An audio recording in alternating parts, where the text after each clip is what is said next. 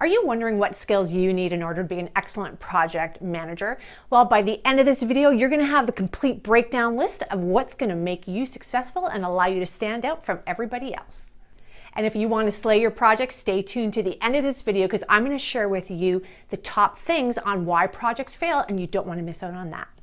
Hi, if you're new here, welcome. For the best career and project management advice, subscribe to my channel, hit the bell button, and a new video is going to come to you every Wednesday. Being a successful project manager means that you need to have a unique set of project management skills. And I'm going to teach you the tried and true techniques that I've used over the years. It really has distinguished me with my clients and the projects that I've run. So if you're excited about this as much as I am, let's get to it and like this video. Leadership and coaching. What? Adriana, I'm a project manager. There's no leadership or coaching in my title, but whoa, that's exactly what is one of the critical essential skills of project management. Is even though you are running projects, you are having people who are working with you or helping you run those activities in order to reach your goals.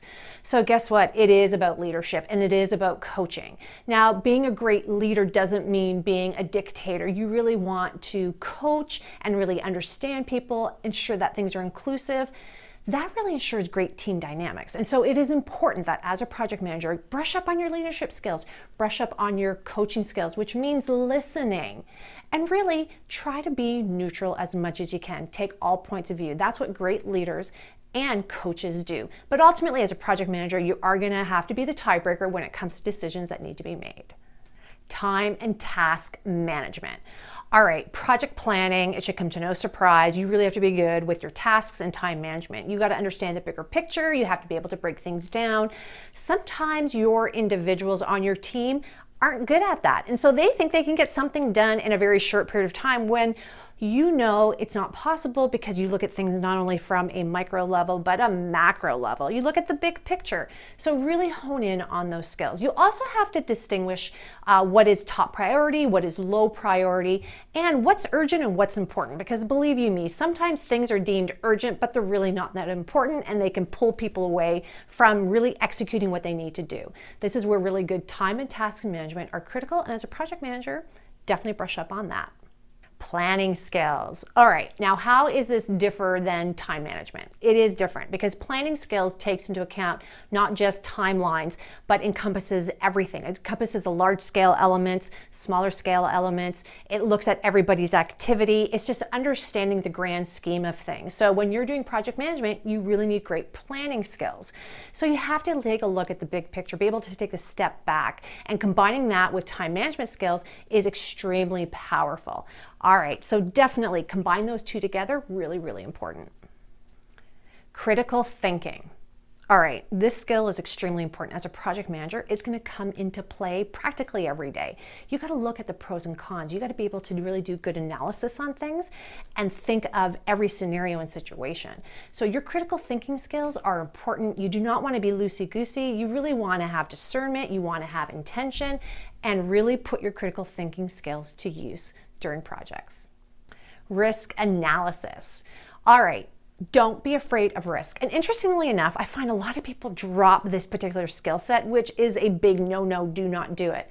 You need to really hone in on your risk analysis skill set. You have to be able to pull out potential scenarios and situations, but you also have to know through critical thinking how to analyze them, because you can't pull and try to put an action plan or mitigation plan against every single risk that you choose.